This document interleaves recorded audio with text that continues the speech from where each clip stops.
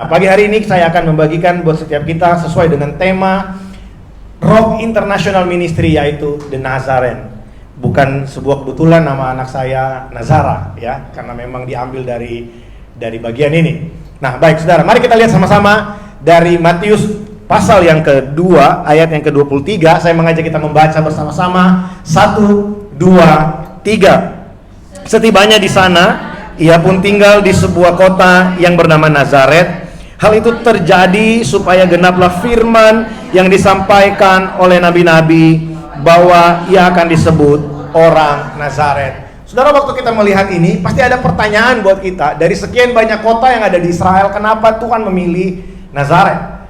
Kenapa Nazaret dipilih? Bahkan Nazaret ini melekat kepada Tuhan Yesus sampai dia ada di kayu salib. Kalau saudara baca kisah penyaliban Yesus, saudara akan melihat ayat bagaimana di atas salibnya dia ditulis, inilah Yesus Raja orang Nazaret. Nah, sedangkan kalau kita lihat fakta tentang Nazaret ini, kalau saudara cari dalam Alkitab, Nazaret itu, kata Nazaret sendiri hanya keluar di Perjanjian Baru, saudara. Kalau saudara cari kata Nazaret di Perjanjian Lama, saudara nggak akan ketemu, ya.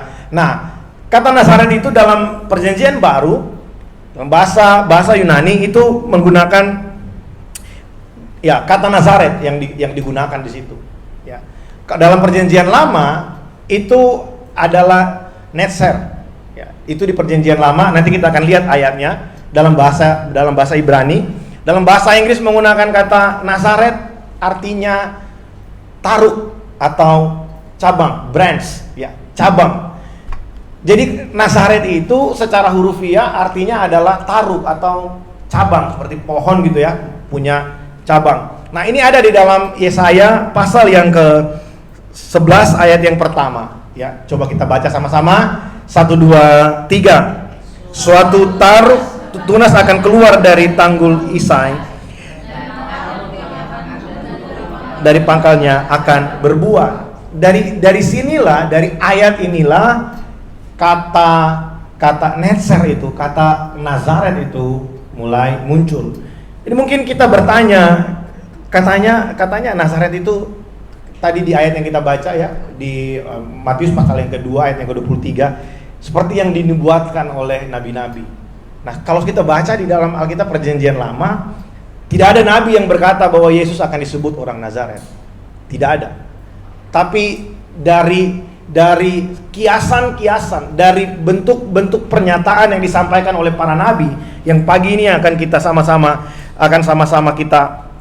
kita pelajari, saudara. Kita tahu bahwa Nazaret itu sesuatu yang bukan sesuatu yang wah, luar biasa seperti apa, ya. Nazaret itu bukan sesuatu yang lebih besar dari kota-kota yang lain yang ada di Israel. Nazaret itu adalah sesuatu yang mungkin tidak masuk hitungan, tetapi Tuhan memakai Nazaret itu yang artinya hanya taruk atau cabang. Kenapa harus cabang? Kenapa harus kota itu yang dipakai? Kenapa ini adalah sesuatu yang Tuhan pilih untuk menyampaikan kabar Injil bagi setiap kita. Sekalipun ini dianggap rendah oleh orang-orang yang ada di Israel, kita akan melihat beberapa ayat nanti. Saudara, kita akan menemukan bahwa sebenarnya Nazaret bukanlah sesuatu yang begitu indah, yang lebih indah dari Yerusalem atau Samaria mungkin. Kalau dikatakan Yesus lahir di Yerusalem, semua orang tahu. Sampai hari ini Yerusalem itu terkenalnya luar biasa dari dulu.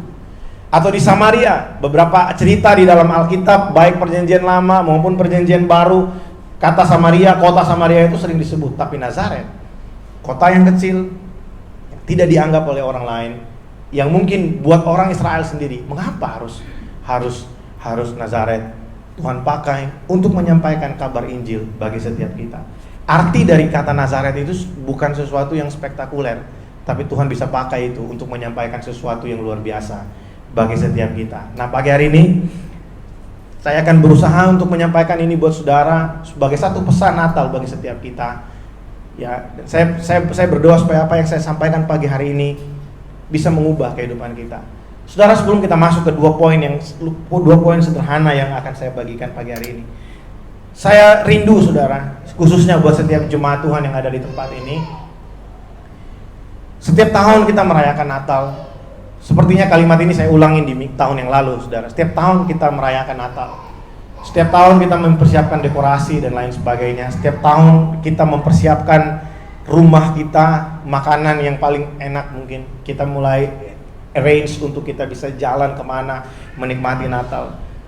Saya mau mengingatkan setiap kita, saudara, jauh lebih penting dari semua ornamen Natal yang ada, jauh lebih penting dari setiap baju baru yang bisa kita beli, jauh lebih indah dari semua pohon Natal yang bisa kita hias. Ada pertanyaan-pertanyaan penting yang harus kita tanyakan kepada diri kita sendiri di momen Natal. Karena Natal tidak kebetulan ada di akhir tahun. Apa yang sudah terjadi dalam kehidupan pengiringan kita kepada Tuhan sepanjang tahun ini? Pertanyaan ini perlu untuk kita tanyakan pada diri kita sendiri setiap tahun, saudara. Karena kalau kita berjalan di tempat tanpa mengalami sesuatu yang berubah, berarti selama sepanjang tahun, secara khusus tahun 2022 ini, kita hanya melewatinya seperti perjalanan LRT dari Taman Bahagia menuju ke KL Sentral. Kita sampai di tujuan tapi tidak mendapatkan makna apa-apa, karena kita tidak belajar sesuatu dari situ. Saudara, pertanyaan ini penting untuk kita sampaikan pada diri kita sendiri, supaya Natal menjadi sesuatu yang bermakna buat kita. Seringkali kita sibuk dengan segala ornamen, kita sibuk dengan segala persiapan, makanan, liburan, dan lain sebagainya. Tapi kita tidak pernah memikirkan bahwa sepanjang tahun apa yang sudah kita lewati bersama dengan Tuhan. Saudara, kalau kita betul-betul menyadari bahwa sepanjang tahun ini ada banyak hal yang kita lewati bersama dengan Tuhan, maka Natal akan menjadi sesuatu yang begitu bermakna buat kita. Natal menjadi pengharapan bagi setiap kita. Natal menjadi sesuatu yang mengubahkan kehidupan kita. Setiap tahun kita mendapatkan sesuatu yang baru, karena Natal bukan hanya menjadi momen kita kumpul-kumpul, saling berbahagia satu dengan yang lainnya, tapi Natal menjadi momen di mana kita dikembalikan lagi kepada kasih Allah yang besar. Kita mengingat kembali bahwa memang hidup ini berat, tapi Tuhan itu baik bagi kita. Amin. Memang hidup ini berat, tapi Tuhan itu baik bagi setiap kita. Nah, poin yang pertama, saudara, Nazaret ini mengajarkan bagi setiap kita bahwa ada pengharapan dari Allah bagi setiap kita. Kita baca sama-sama dari Yohanes pasal yang pertama, ayat yang ke-45 sampai dengan ayat yang ke-46. Saya ajak kita membaca bersama-sama. 1, 2, 3. Filipus bertemu dengan Nathanael dan berkata kepadanya, "Kami telah menemukan Dia yang dimaksud oleh Musa dalam kitab Taurat dan oleh para nabi, yaitu Yesus anak Yusuf dari Nazaret." Kata Nazaret kepadanya, "Mungkinkah sesuatu yang baik datang dari Nazaret?" Saudara, perhatikan kata Nathanael di situ. Nathanael ini adalah orang Yahudi, dia adalah orang Israel, saudara. Buat orang Yahudi, mereka tahu Nazaret itu kota yang kecil, bukan kota yang begitu besar. Dia kota yang tidak terlalu tinggi, bukan kota yang di atas gunung yang mampu untuk melihat semua kota yang lain. Dia juga bukan kota yang cukup terkenal di kalangan orang Israel pada saat itu. Sehingga ketika Filipus berkata kepada Nathanael, "Aku telah berjumpa dengan orang yang disampaikan oleh Musa. Dia adalah Yesus anak Yusuf dan Maria dari Nazaret." Tidak heran kalau kemudian Nathanael berkata seperti itu. Emang bisa sesuatu yang baik datang dari Nazaret? Emang bisa sesuatu yang baik datang dari Nazaret? Kalau diumpamakan dalam kehidupan kita sehari-hari, di konteks hari ini, saudara, kita tahu ada beberapa daerah yang memiliki adalah penghasil dari sumber daya tertentu, saudara, ya. Kalau di tempat kami, saya orang Sulawesi Utara, kopra itu adalah salah satu yang paling terkenal di sana. Hasil dari hasil bumi yang paling terkenal salah satunya adalah kopra. Ya. Kemudian misalnya ada orang yang bilang kepada saya gitu ya, "Bro, kami menemukan kopra terbaik, tapi dari Jawa Timur, bro." Saya pasti akan mengatakan hal yang sama. Bagaimana mungkin bisa ada kopra yang baik dari Jawa Timur, sedangkan saya ketahui sendiri bahwa kopra itu tumbuhnya sangat baik di Sulawesi Utara. Kurang lebih seperti itu yang dialami oleh Nathanael ketika Filipus berkata, "Kami telah berjumpa dengan seseorang yang sudah dinubuatkan datangnya dari Nazaret." Buat orang Israel sendiri, Nazaret bukanlah tempat yang punya pengharapan. Tidak mungkin ada hal yang baik datang dari Nazaret. Saudara, apa yang terjadi kepada Yesus melalui dengan predikat orang Nazaret ini sebenarnya sudah dinubuatkan dalam Yesaya pasal yang ke-53 ayat yang kedua dan ayat yang ketiga. Ini nggak ada di slide, tolong multimedia boleh ditampilkan. Yesaya pasal yang ke-53 ayat yang kedua dan ayat yang ketiga. Saya ajak kita melihat bersama-sama Yesaya pasal yang ke-53 ayat yang kedua dan ayat yang ketiga. Saya akan baca bagi saudara-saudara bisa mengikutinya melalui multimedia. Sebagai taruk ia akan tumbuh di hadapan Tuhan, dan sebagai tunas dari tanah kering. Ia tidak tampak dan semaraknya pun tidak ada sehingga kita memandang dia, dan rupa pun tidak sehingga kita mengingatnya. Ia dihina dan dihindari orang, seorang yang penuh dengan kesengsaraan dan yang biasa menderita kesakitan. Ia sangat dihina sehingga orang menutup mukanya terhadap dia, dan bagi kita pun dia tidak masuk hitungan. Saudara, bukan sebuah kebetulan kalau Yesus lahir di Nazaret. Tuhan merencanakan semuanya itu dengan begitu indah, tepat, dan tidak meleset. Karena dengan Yesus dilahirkan di Nazaret, maka apa yang dinubuatkan tentang sebuah tunas yang akan tumbuh, dihina orang, tidak memiliki rupa, tidak mempunyai pengharapan, digenapi melalui kelahiran Yesus. Saudara, kita melihat bahwa Nazaret ini bukan sesuatu yang baik. Nazaret ini sepertinya tempat yang tidak memiliki pengharapan. Hal ini juga terjadi ketika malaikat datang kepada Maria dan menyampaikan kepada Maria dalam Lukas pasal yang pertama. Malaikat berkata kepada Maria, engkau akan mengandung. Sedangkan Maria tahu dia belum pernah bersetubuh dengan seorang laki-laki. Sesuatu yang mustahil bagi Maria untuk bisa memperoleh keturunan. Tapi coba kita lihat Lukas pasal yang pertama ayat yang ke-37. Apa yang Tuhan katakan kepada Maria di sana. Lukas pasal yang pertama ayat yang ke-37, ayat yang menjadi ayat hafalan buat banyak orang. Kita baca sama-sama, 1, 2, 3. Sebab bagi Allah tidak ada yang mustahil. Saudara, mungkin mustahil buat Nathanael sesuatu yang baik datang dari Nazaret. Mungkin mustahil buat Maria bahwa dia dapat mengandung. Apalagi kalau kita baca ayat-ayat di atasnya, Maria ini bukan sekedar mengandung biasa, saudara. Maria mengandung seseorang yang sangat mulia, mengandung dari Roh Kudus, sesuatu yang belum pernah terjadi buat bangsa Israel. Buat Maria itu tidak mungkin. Tapi malaikat Tuhan berbicara secara khusus buat Maria dan berkata, sebab bagi Allah tidak ada yang mustahil. Saudara, kalau kita lihat mungkin keadaannya secara logika perhitungan di atas kertas, mungkin nggak mungkin ada yang baik datang dari kota Nazaret. Di atas kertas mungkin Maria nggak mungkin bisa punya anak sebelum dia menikah dengan Yusuf. Tapi inilah yang sering terjadi. Kita sering menaruh pengharapan kita kepada alasan-alasan yang muncul secara logis. Tapi pengharapan kita di dalam Tuhan. Pengharapan kita itu bukan dibangun bukan datang dari sesuatu yang kita pikirkan dengan pemikiran kita. Pengharapan kita itu datang dari pengenalan akan Tuhan. Saudara, pengenalan kita akan Tuhan mendatangkan pengharapan yang kuat bagi kita. Saudara, mungkin saudara membaca tulisan ini dan kemudian saudara berpikir bahwa berarti kita nggak perlu punya logika. Bukan itu maksud saya, saudara. Maksud saya begini, seringkali kita ini terlalu terjebak dengan apa yang ada di sekeliling kita, dan kita menjadikan apa yang di sekeliling kita itu sebagai alasan untuk kita berharap akan sesuatu. Kita berpikir kalau tidak terjadi seperti yang sebiasanya terjadi, tidak mungkin akan terjadi sesuatu yang kita harapkan. Kita selalu berpikir sama seperti apa yang orang di sekeliling kita pikirkan, bahwa untuk mendapatkan ini dan itu kita harus mendapatkan ini dan itu terlebih dahulu, kita harus melakukan ini dan itu terlebih dahulu, baru kita bisa mendapatkan apa yang kita mau. Tapi saya mau kasih tahu buat saudara, kalau kita selalu berpikir bahwa logika kita ini lebih berkuasa daripada Tuhan, maka kita akan sulit melihat bagaimana Tuhan berkarya dengan cara yang supranatural dalam kehidupan kita. Saya ulang sekali lagi, kalau kita berpikir bahwa logika kita ini lebih berkuasa dari Tuhan, kita akan sulit melihat bagaimana kuasa Tuhan yang supranatural berkarya dalam kehidupan kita. Saudara, saya mau kasih tahu buat saudara, untuk saya bisa ada di Malaysia, buat saya di atas kertas nggak mungkin, saudara. Yang bekerja ini istri saya di sini. Yang punya employment pass itu istri saya. Yang bekerja itu istri saya. Saya tanya kepada sekian banyak orang, mereka bilang biasanya yang ambil dependent pass itu adalah istri, bukan suami. Ya.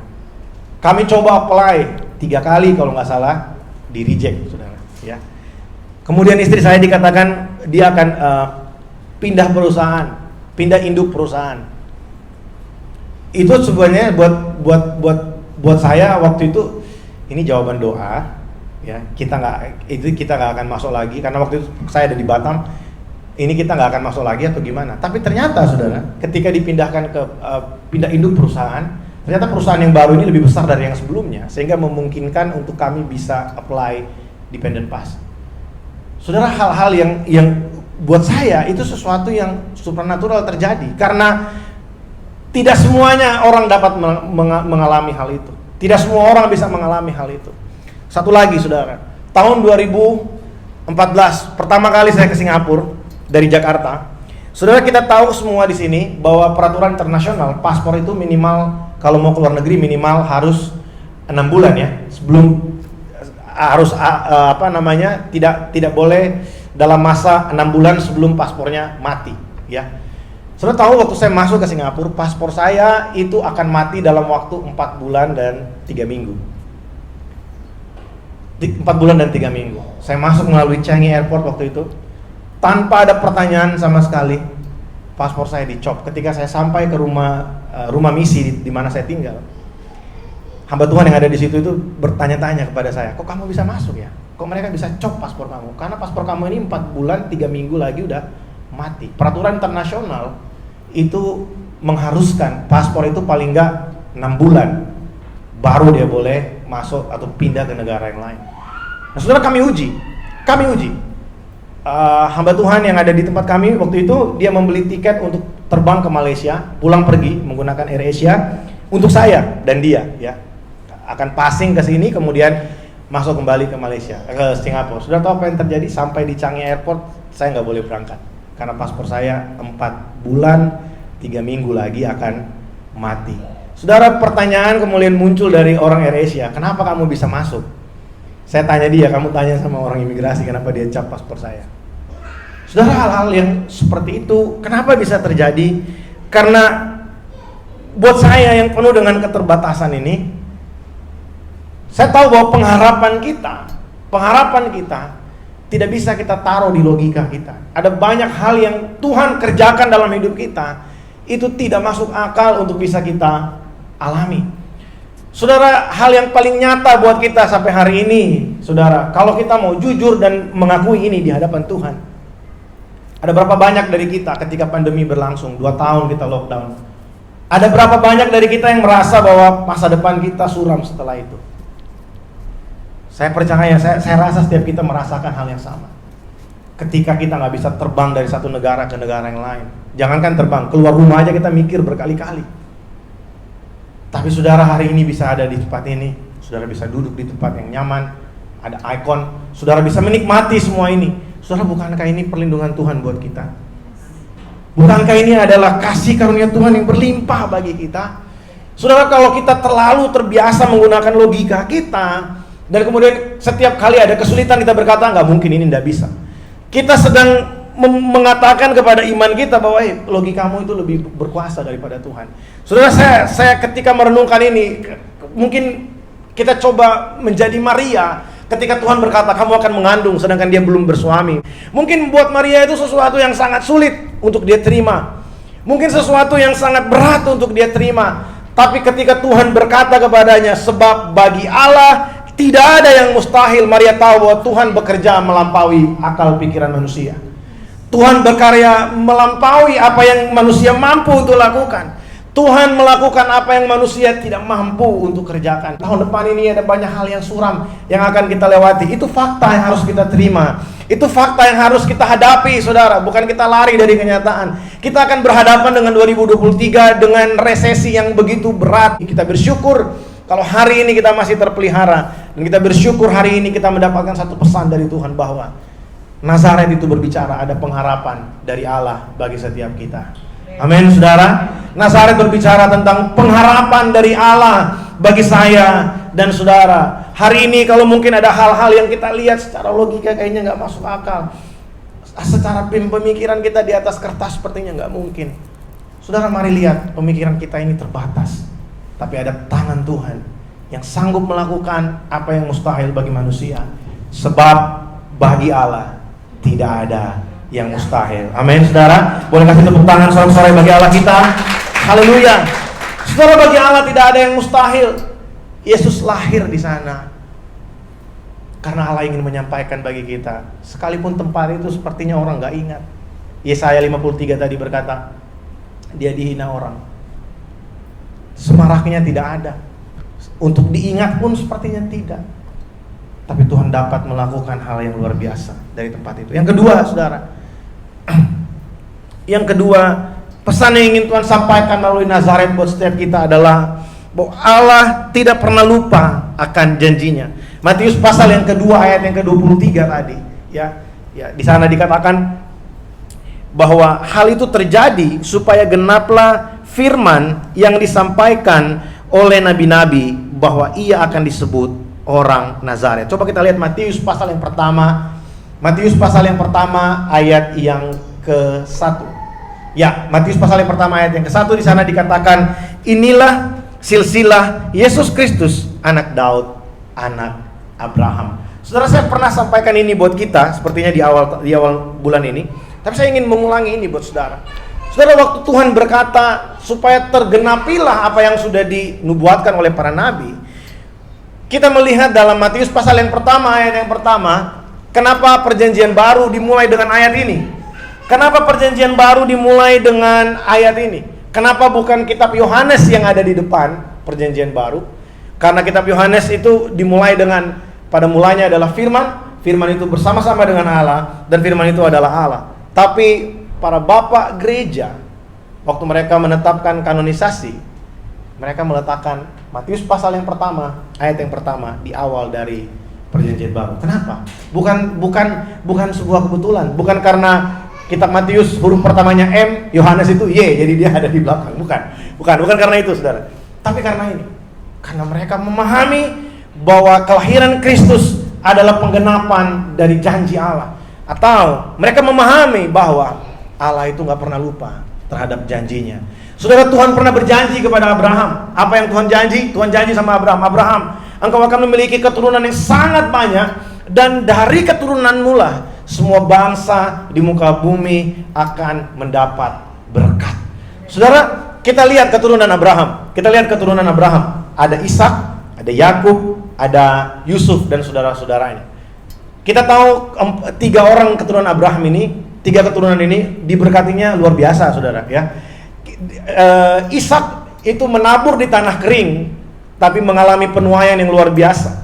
Ishak menabur di saat kota itu sedang terjadi satu kekeringan yang luar biasa, tapi Ishak menabur di sana dan Tuhan memberkati Ishak. Dikatakan Ishak kian hari kian kaya sehingga ia menjadi sangat kaya. Itu Ishak. Kemudian turun kepada Yakub setelah dia menipu Ishak. Berkat yang seharusnya punya Esau itu menjadi milik Yakub. Nah, saudara, jangan pikir Esau pun tidak diberkati. Esau diberkati berlimpah-limpah, saudara. Kalau saudara baca dalam kitab perjanjian, Esau itu diberkati juga berlimpah-limpah. Tapi pertanyaannya, apakah berkat, kalau kita melihat kata berkat yang diberikan Allah kepada Abraham sebagai janji, hanya sebagai bentuk berkat finansial, kemasyuran dan lain sebagainya, apakah itu berlangsung turun-menurun kepada keturunan Abraham?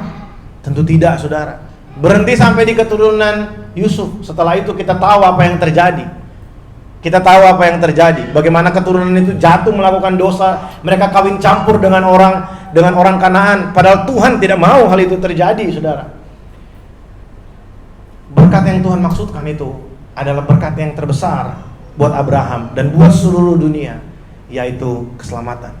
Saudara, cara Tuhan memilih Abraham itu sama dengan cara Tuhan memilih kita. Abraham itu datang dari out of nowhere, tidak pernah ada sebelum ditulis di dalam Alkitab.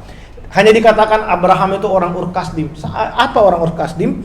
Orang Ur Kasdim itu bukan orang yang biasa menyembah Tuhan. Kalau buat kita orang Indonesia, misalnya ya kita tahu bahwa Sumatera Utara ya orang Batak dan orang Manado itu notabene orang Kristen. Kalau misalnya ada nabi datang dari orang Manado, mungkin kita, oh ya wajar dong, ya kan? Memang dari lahir ini kayaknya belum lahir pun udah Kristen ini, ya kan? Orang Batak mungkin dari lahir udah Kristen. Tapi kalau tiba-tiba yang menjadi nabi ini misalnya dari Lampung, saudara, atau bukan Lampung, dari Padang misalnya, saudara ya. Kita akan berpikir berkali-kali, ya ampun kok dari Padang ya, emang bisa ya? Daerah yang sangat keras seperti itu, kok bisa ya? Atau dari Sunda, saudara, dari daerah Jawa Barat yang sangat ketat, yang sangat keras seperti itu. Tapi Tuhan pilih Abraham, Tuhan pilih saya dan saudara untuk menyatakan janjinya bahwa berkat yang terbesar itu adalah keselamatan. Dan ketika Tuhan berkata, melalui keturunanmu semua bangsa di muka bumi akan mendapatkan berkat, Tuhan tidak berbicara tentang Ishak, Yakub, Esau dan seterusnya. Tuhan berbicara tentang keturunan Abraham yang akan lahir kemudian, yaitu Yesus Kristus Tuhan. Dan janji yang sama Tuhan berikan kepada Daud. Ketika Tuhan berbicara kepada Daud, Tuhan bilang sama Daud, karena Daud melekat hatinya dengan Tuhan, karena Daud melakukan apa yang Tuhan perintahkan. Bagaimana Daud ini punya hati yang lemah lembut, sekalipun dia banyak melakukan kesalahan, tapi Daud selalu datang kepada Tuhan minta ampun. Dan Daud punya hubungan yang begitu erat dengan Tuhan. Dan Tuhan berjanji kepada Daud bahwa tongkat kerajaan Israel tidak akan lalu dari keturunanmu. Nah, kita lihat keturunan Daud, saudara. Salomo, waktu Salomo hidup, Israel itu sejahteranya tiada duanya, saudara. Masuk ke anak-anaknya Salomo, baru keturunan yang pertama dari Salomo, Israel terbelah dua. Ada utara, ada selatan, saudara, ya. Dan kita tahu bahwa janji bahwa tongkat kerajaan itu tidak akan lalu dari keturunanmu, itu bukan untuk Salomo, bukan juga untuk Rehabeam, anak dari Salomo. Itu berbicara tentang Kristus, bahwa dia akan menjadi raja yang memerintah atas seluruh bumi. Dia akan menjadi raja yang memerintah atas seluruh kehidupan yang ada di alam semesta selama-lamanya. Saudara, kita melihat bahwa Tuhan berbicara buat setiap kita melalui Nazaret ini, bahwa Allah tidak pernah lupa terhadap janjinya. Saudara, Tuhan tidak pernah lupa buat setiap kita. Saudara, coba kita renungkan bagaimana perasaan orang Israel ketika 400 tahun Tuhan tidak berbicara apa-apa buat mereka. Kalau saudara menggunakan Alkitab dalam bentuk buku, di akhir dari kitab Maleaki, kemudian masuk ke perjanjian baru, itu ada satu lembar, satu halaman kosong yang mewakili 400 tahun Tuhan tidak mengirimkan nabi buat mereka, tidak berbicara apa-apa buat mereka. Saudara perhatikan baik-baik. Ada satu negara yang biasanya dipimpin oleh seorang nabi. Walaupun mereka punya raja, tapi nabi itu punya posisi yang sangat kuat di Israel, yang biasa dipimpin oleh nabi. Orang biasa datang bertanya kepada nabi. Orang biasa datang bertanya kepada seorang nabi. Tapi Tuhan selama 400 tahun, bukan waktu yang singkat, Tuhan tidak berbicara apa-apa.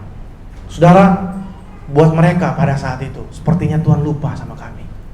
Sepertinya Tuhan tidak ingat lagi kesengsaraan kami. Sepertinya Tuhan sudah bodoh amat dengan keadaan kami. Sepertinya Tuhan sudah tidak mau tahu lagi tentang Israel. Sepertinya Tuhan udah, ya terserahlah kamu mau dijajah siapa, terserah. Nah, saudara, sejarah mencatat di masa 400 tahun itu Israel jatuh ke dalam pemerintahan Romawi. Ya. Makanya ketika Yesus lahir, Israel itu ada di bawah pemerintahan Roma. Tapi kelahiran Yesus memberikan kepada kita satu pesan Injil, yaitu bahwa Tuhan tidak pernah lupa buat orang-orang yang selalu berharap kepadanya. Amin, saudara. Tuhan tidak pernah lupa sama saudara. Tuhan gak pernah lupa buat kita semua. Mungkin keadaan sepertinya, Tuhan itu kok kemana sih? Aku udah doa lama loh Tuhan. Aku udah minta ini lama loh Tuhan. Aku udah bergumul buat ini lama, dari sebelum pandemi sampai sekarang kok gak kejawab Tuhan. Apakah Tuhan lupa sama saya? Apakah Tuhan tidak ingat buat saya? Saudara, Yesus datang ke dalam dunia, lahir ke dalam dunia, dibesarkan di kota Nazaret untuk berbicara buat kita bahwa Tuhan tidak pernah lupa untuk memberikan kasih dan karunia bagi setiap orang yang berharap kepadanya. Amin. Saudara, arti kata Nazaret itu bukanlah sesuatu yang spektakuler, saudara. Bukanlah sesuatu yang sangat spektakuler, tapi Tuhan dari kata Nazaret ini muncul kata Nasrani, saudara. Ya, kata Nasrani ini yang dipakai untuk memanggil kita sekarang orang-orang percaya, ya. Ya, dalam Kisah Para Rasul pasal yang ke-24 ayat yang ke-5, ketika Rasul Paulus diperhadapkan dengan pengadilan pada saat itu, disitulah untuk pertama kali kata Nasrani itu muncul dalam Alkitab. Dan kata itu sama dalam bahasa Indonesia mungkin gak kelihatan, tapi kalau saudara lihat dalam bahasa aslinya, kata Nasrani di situ itu sama dengan kata Nazaren di dalam Matius pasal yang kedua ayat yang ke-23. Kata itu artinya pengikut Kristus. Kata itu artinya orang-orang yang mengikut Yesus. Saudara, Tuhan mengubah, Yesus mengubah arti kata Nazaret dari sesuatu yang tidak ada apa-apanya menjadi sesuatu yang berpengharapan. Saudara, kata Nazaret yang sebelumnya tidak dianggap orang, yang sebelumnya hanya berarti sebuah taruh, tapi kalau saudara perhatikan baik-baik bagaimana apa yang disampaikan oleh Rasul Paulus dalam Roma 8 ayat 28, itu sangat luar biasa, saudara. Bahwa Allah turut bekerja dalam segala sesuatu. Yesaya itu hidup ratusan tahun sebelum kejadian Yesus lahir. Yesaya hidup ratusan tahun sebelum Yusuf dan Maria berjumpa. Sebelum mereka harus lari ke Mesir dan kembali lagi ke Israel. Tapi ratusan tahun sebelum itu Allah sudah merencanakan bahwa akan ada juru selamat yang lahir di dalam dunia ini, dan dia akan disebut orang Nazaret. Untuk sampai ke situ, ratusan tahun sebelum itu Tuhan sudah mengutus nabi-nabinya berbicara tentang sang taruh yang ajaib itu. Sang taruh yang ajaib itu yaitu Yesus Kristus Tuhan. Saudara, kalau kita mengerti ini, bahwa Tuhan itu berencana dalam hidup kita, hari ini saya mau bilang buat saudara, mungkin ada hal-hal yang buat kita kok terjadi seperti ini? Kenapa kenyataannya seperti ini? Seperti orang Israel. Kenapa harus dari Nazaret? Kenapa Maria harus mengandung sedangkan dia belum bersuami, belum pernah melakukan hubungan suami istri dengan Yusuf? Saudara, kita harus tahu bahwa Allah punya rencana dalam hidup kita. Allah itu adalah raja bagi setiap kita. Yesus keturunan Daud memegang tongkat kerajaan dalam kehidupan kita. Saudara, apa yang terjadi di dunia hari ini sedang membuat kita lupa bahwa Tuhan itu adalah raja buat kita. Dunia hari-hari ini sedang membuat kita ingin mengatakan bahwa kita ini mampu mengatur segala sesuatu. Kita bisa merencanakan dengan baik. Kita punya rencana dan rencana kita harus terjadi. Dunia ingin membuat manusia mengerti bahwa manusia itu punya kuasa untuk mengatur segala sesuatu. Dan kita lupa bahwa God is the King. Tuhan adalah raja dalam kehidupan kita. Dia yang berkuasa dan berdaulat atas kehidupan kita. Dan Yesus lahir di Nazaret hari ini yang kita peringati, ingin menyampaikan bahwa for God nothing is impossible. With God nothing is impossible. Bagi Tuhan itu tidak ada yang mustahil. Kenapa? Karena dia raja. Kenapa bagi Tuhan gak ada yang mustahil? Karena dia berdaulat atas kehidupan kita. Karena dia adalah Allah yang punya segala sesuatu dalam kehidupan kita. Tuhan bisa berencana begitu indah dalam kehidupan Yusuf dan Maria, menubuatkannya ratusan tahun sebelum itu, untuk mereka akan hidup di satu kota kecil yang namanya Nazaret. Saudara, coba kita renungkan bagaimana Tuhan itu bekerja dalam segala sesuatu. Tuhan bekerja dalam hatinya Yusuf, bekerja dalam hati orang tua mereka, sehingga mereka tinggal di kota itu. Kalau saudara baca dengan lebih jelas dalam kitab Lukas, kita tahu bahwa memang Yusuf dan Maria itu besar tinggal di kota Nazaret. Bagaimana Tuhan itu mengatur segala sesuatu begitu rupa sehingga apa yang dinubuatkan ratusan tahun sebelumnya itu tergenapi. Hari ini saya mau bilang buat saudara, saya sering sampaikan ini di gereja ini. Apapun keadaanmu hari ini, saudara, bagaimanapun keadaan saudara hari ini, percayalah itu yang terbaik yang Tuhan izinkan saudara alami hari ini. Percayalah, seberat apapun persoalanmu, bagaimanapun keadaanmu hari ini, atau mungkin sebaik apapun keadaanmu hari ini, percayalah itu yang Tuhan izinkan, yang terbaik yang Tuhan izinkan engkau alami hari ini. Karena tidak ada satu momen dalam hidup kita yang terlewat dari pemandangan Tuhan. Saudara, Tuhan mengubah arti kata Nazaret yang hanya biasa-biasa aja menjadi sesuatu yang berpengharapan. Sehingga kata Nazaret kalau saudara cari, itu dari yang maknanya hanya seperti taruk atau cabang menjadi the victorious one, atau seseorang yang berkemenangan. Saudara, saya kutip satu perkataan dari Pastor Jonathan Patiasina. Dia bilang begini, jangan pernah lewatkan pergumulan masa-masa yang sulit kita begitu saja. Kalau saudara punya pergumulan, jangan biarkan pergumulan saudara berlalu begitu aja. Mari berdoa di tengah-tengah pergumulan saudara. Mari bergumul di tengah-tengah pergumulan saudara. Karena dari dalam situlah saudara akan melihat bagaimana Tuhan melakukan karya yang luar biasa dalam kehidupanmu. Seringkali pergumulan datang dan kita berkata, ya ini akan berlalu. Betul, ini akan berlalu. Tapi kalau ini hanya berlalu saja, maka pergumulan itu akan terulang sampai kita capai menghadapinya. Karena memang pesan Tuhan melalui pergumulan itu tidak sampai kepada kita. Karena kita tidak pernah mau melihat sesuatu yang harus kita pelajari dari situ. Saudara, ada orang bilang kita ini belajar dari pengalaman. Pengalaman itu netral, saudara. Ada banyak orang punya pengalaman tapi nggak pernah belajar dari pengalaman. Pengalaman yang kita ambil maknanya yang akan menjadi sesuatu pembelajaran buat kita.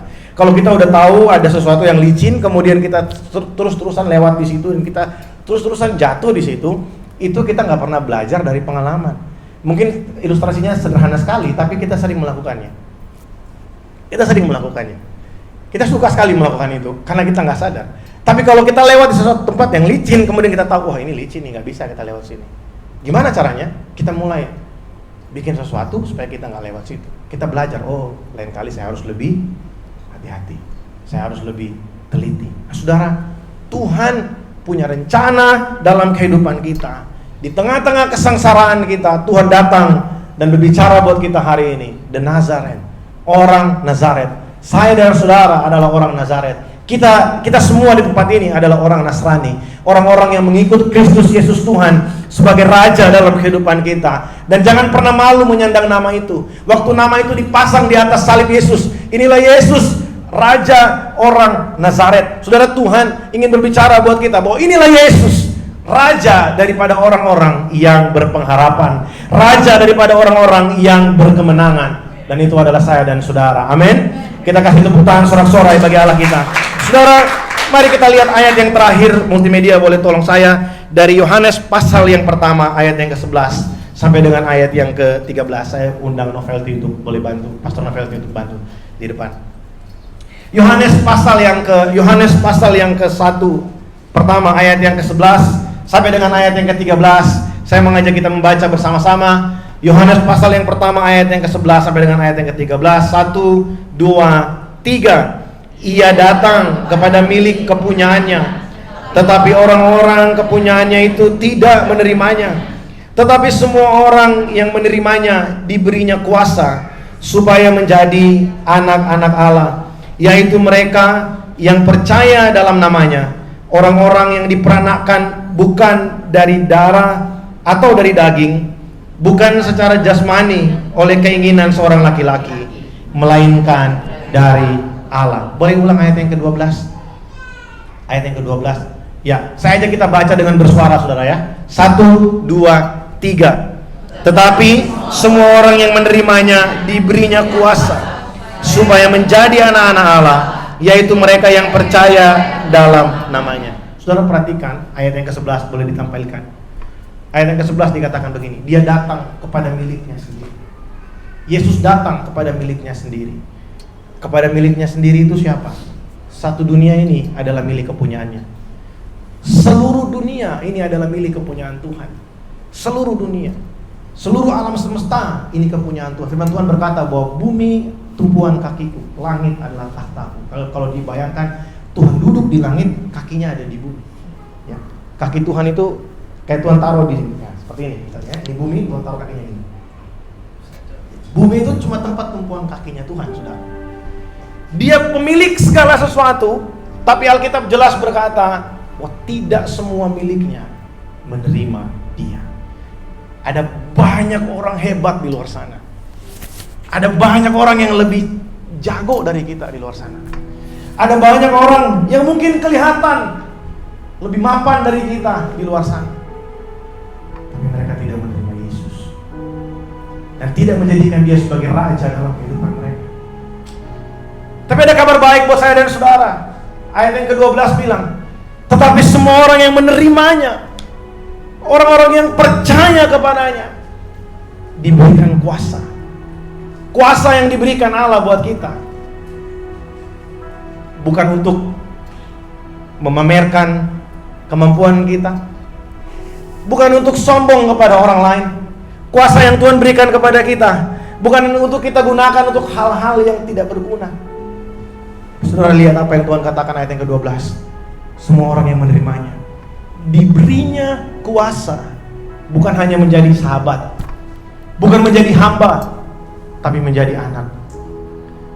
Saudara, waktu kita percaya kepada Tuhan, kita yang datang dari tempat yang tidak berpengharapan, kita yang datang dari situasi yang tidak punya pengharapan, kita yang datang dari tempat yang sepertinya dilupakan oleh orang-orang, kita yang tidak dianggap oleh dunia ini. Mungkin kita dilecehkan, mungkin kita direndahkan karena iman kita. Tapi waktu kita ada di dalam Tuhan, Dia berkata, engkau anakku, dan engkau punya kuasa untuk bertahan, engkau punya kuasa untuk menang. Kata Nazaret dalam hidup kita berbicara tentang pengharapan. Orang Nazaret yang ada di tempat ini, saya dan saudara, bukanlah orang-orang yang kalah. Kita bukanlah orang-orang yang ditinggalkan. Kita bukan orang-orang yang tidak punya apa-apa di dunia ini. Karena firman Tuhan berkata, kita adalah anak dari Bapa di surga. Amin. Saya dan saudara adalah anak-anak dari Allah. Kita adalah anak-anak Allah yang punya tugas merepresentasikan kerajaan Allah di muka bumi. Makanya Natal harus menjadi momen perubahan buat kita. Natal harus menjadi momen di mana kita mengalami satu step yang baru dalam kehidupan kita. Kalau sebelum ini kita datang ke gereja ditentukan oleh mood, sebelum ini kita datang beribadah ditentukan oleh cuaca, sebelum ini kita datang beribadah ditentukan oleh suka atau nggak suka. Hari ini kita merayakan Natal. Tuhan mengubah kata Nazaret dari yang tidak baik menjadi berpengharapan. Tuhan mengubah hati kita yang dulunya kita tidak bisa mencintai Allah. Hari ini kita datang ke hadapan Allah, kita merayakan Natal. Biarlah firman Tuhan mengubahkan hati kita. Biarlah firman Tuhan mengubahkan cara pandang kita, sehingga masuk tahun yang baru ini kita tidak lagi dikendalikan oleh mood kita, kita tidak dikendalikan oleh hati kita yang condong kepada kemalasan dan dosa. Hati kita dibawa untuk kita menghadap Allah sebagai anak-anak di hadapannya. Amin, saudara. Amin. Saudara, mari kita persiapkan hidup kita. Pagi hari ini juga kita akan bersekutu dengan tubuh dan darah Yesus. Hari ini mungkin saudara datang tidak sengaja, atau saudara mungkin memang berencana untuk datang. Tapi saya tahu tidak ada yang kebetulan kalau saudara dengar firman Tuhan pagi hari ini. Biarlah Natal tahun ini menjadi Natal yang berbeda bagi setiap kita. Mari saudara, sebelum kita bersekutu dengan tubuh dan darah Yesus, mari kita datang kepada Tuhan.